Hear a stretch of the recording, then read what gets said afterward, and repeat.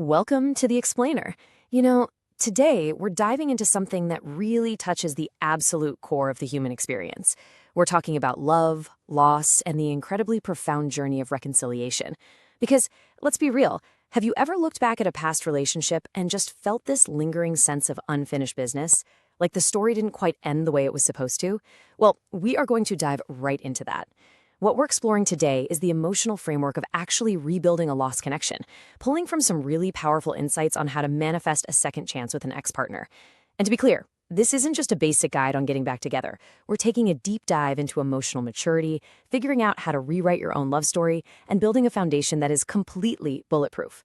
We're going to map out exactly how to transform past heartache into a beautifully renewed commitment. It's literally the question that keeps so many of us staring at the ceiling at 2 a.m., right? Is it ever too late for a second try? Our source material tackles this head-on, and the message is incredibly hopeful. It validates that heavy, sinking feeling you might be carrying, but immediately counters it by assuring us that no, it is absolutely never too late for a second try. Think about it. When that emotional and physical attraction is still there, and when the deep care for one another never truly went away, that lingering connection is a huge flashing sign that the book isn't closed. It's just waiting for the next chapter to be written. If you're deeply confident and assured in your desire to revive this connection, you're already taking that crucial first step. The absolute bedrock of this entire journey is wrapped up in this one thought: everyone is worthy of a second chance. It's a core affirmation from our source, and it completely shifts the perspective away from guilt or regret and moves it straight toward possibility. Embracing this means developing the emotional maturity to see way beyond that initial failure. Look, it takes real, raw courage to be open and willing to try again, especially when you've been hurt. But believing that a second chance is deserved, both for you and your partner, is the absolute prerequisite for moving forward. It's about looking at your love story not as some tragedy that ended, but as an epic narrative that just hit a temporary plot twist. So let's get right into part one, acknowledging the past. Okay, before we can even begin to manifest this beautiful future together, we have to look in the rearview mirror with radical accountability. You simply cannot build a brand new relationship on the crumbling foundation of the old one. So to do this effectively, we need to implement our first practical habit for rebuilding trust, and that is absolute accountability. The source text makes it crystal clear we have to take responsibility for our actions and decisions. This means stepping up and owning where things went wrong without pointing fingers. It's about being able to say, I see now how my work schedule left you feeling completely abandoned, or I realized I wasn't listening when you told me what you needed. Secondly, we actually have to learn from those mistakes. Where there's a will, there's a way to grow. And finally, we have to acknowledge a really hard truth. Last time just wasn't right for us. Maybe the timing was completely off, maybe the maturity just wasn't quite there yet, or the circumstances were wrong. Actually accepting this is incredibly liberating because it stops us from trying to force that old broken relationship back to life.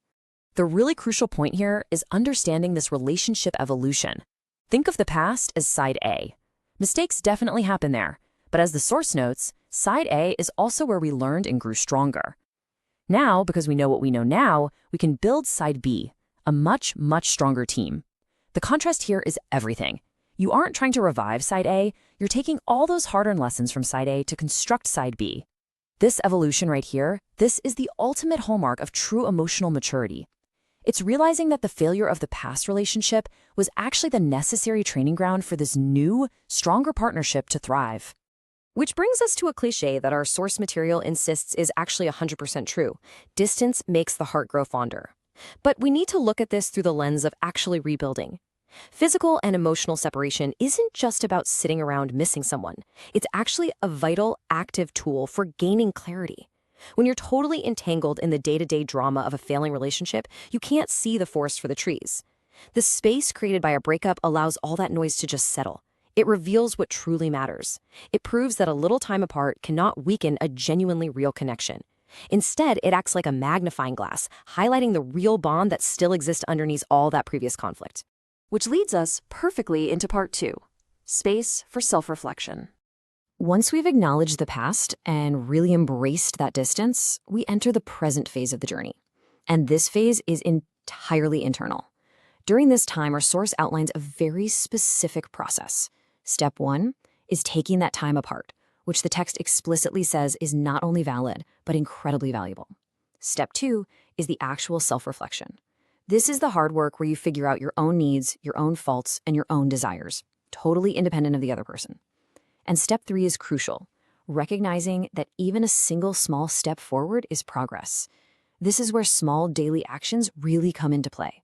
A small step might be a daily journal entry where you're processing your feelings, or maybe it's consciously stopping a negative thought loop about your ex. These tiny internal microadjustments are the silent gears turning to prepare you for true reconciliation. And this brings us to our second practical habit for rebuilding connection: radical respect for individual pacing. Everyone is on their own personal journey, at their own pace. Our source is quick to remind us that we have to acknowledge that one or both of us may or may not have fully changed yet, and we just have to accept that. You might be completely ready to jump back in, having done all the self-reflection, while your ex-partner is still actively processing the hurt. You cannot drag someone across the finish line of emotional readiness. True love and true emotional maturity means giving them the grace to arrive at their own conclusions on their own timeline. Therefore, as the old saying goes, patience is a virtue. The source text pairs this perfectly with the reminder that the best things really do come to those who wait. Rebuilding trust is a very fragile process. If you rush it, you risk shattering that new foundation before the cement is even set. It takes time to return to where you were, and honestly, that is perfectly okay. Embracing this patience is an active demonstration of your commitment. It silently communicates to your partner, hey, I'm here, I'm steady, and I value us enough to wait for the exact right moment. All right, moving on to part 3, building a new foundation. Okay, so we've done the reflecting, we've respected the distance, and now we are preparing to intentionally design version 2.0 of this love story. Now that we're actively collaborating again, we need our third practical habit for a successful second chance: establishing clear rules of engagement. First off, both partners have standards and boundaries that they absolutely expect to be met. And this isn't about being rigid or bossy, it's just about mutual respect. Second, there has to be a real willingness to compromise in order to make it work. It's that daily action of meeting each other halfway. And third, and guys, this is a massive one, you must refuse to allow outside opinions to influence your decisions. Friends and family are always going to have their thoughts on your ex, and it's almost always based on the past. But you are building the future here. Protecting your renewed relationship from all that outside noise is a daily, critical boundary that you have to maintain. Just think about the sheer power of this statement from our source. If we can get through this, we can get through anything. Surviving a breakup, doing all that grueling internal work, and slowly finding your way back to one another, that is not a sign of weakness. It is the ultimate proof of your bond's resilience. When you rebuild successfully, the separation actually becomes the testimony of your strength. You both looked into the absolute abyss of losing each other forever, and you both actively chose to pull yourselves back. That creates an unshakable confidence as you move forward. And remember, a relationship is a journey, not a destination. Once you've reconciled, the work doesn't magically stop. Every single relationship is deeply unique and should never be compared to anyone else's. Your love story has its own unique rhythm, and maintaining it requires those small daily actions we were talking about earlier. It's the conscious daily choice to listen to your partner without immediately getting defensive. It's sending that quick little check-in text during a crazy busy workday just to say, I'm thinking of you. It's the daily decision to wake up and tell yourself, I am as committed and dedicated to this today as I was on day one. Those are the small, intentional steps that ensure your journey keeps moving forward in a healthy direction. Which brings us to our final section, part 4, manifesting our future. We have laid all the groundwork, and now it is time to look forward with absolute intentionality and a true belief in the miraculous nature of love.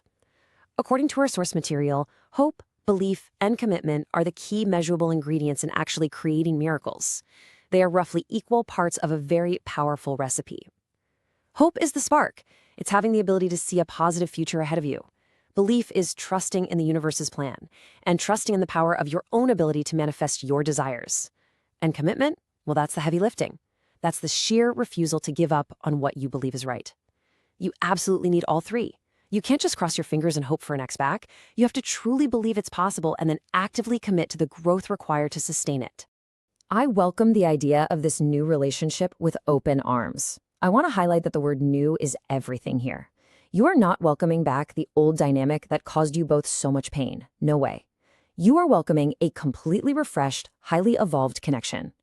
Doing this requires you to be totally open, vulnerable, and completely free of past resentments. When you truly embrace this mindset, you're signaling to yourself and your partner that the slate is totally wiped clean.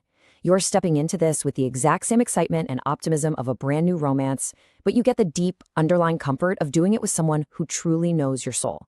I really want to leave you with this incredibly powerful, lingering thought straight from our text. Never say never when there is the opportunity for an always. Man, that perfectly captures the romantic, hopeful essence of a second chance love story, doesn't it? It challenges that strict finality we so often force upon ourselves after a bad breakup. If there's a perfect match out there for everyone, and you genuinely believe you have found yours, why on earth would you let a past stumble dictate your forever? It takes a profound level of character and love to offer and to ask for another opportunity. But the best truly is yet to come. So, as we wrap up this explainer today, I'm going to pass the question over to you. Are you ready to welcome your second chance? Have you done the hard self-reflection? Are you truly prepared to take accountability, to practice immense patience, and to fully commit to those small daily actions that rebuild trust? If you can look in the mirror and confidently say yes, then trust the process. This journey of reconciliation isn't going to be easy, but for a love that's truly meant to be, it is absolutely worth it. Thank you so much for joining me today. Keep hoping, keep believing, and keep committing to your journey.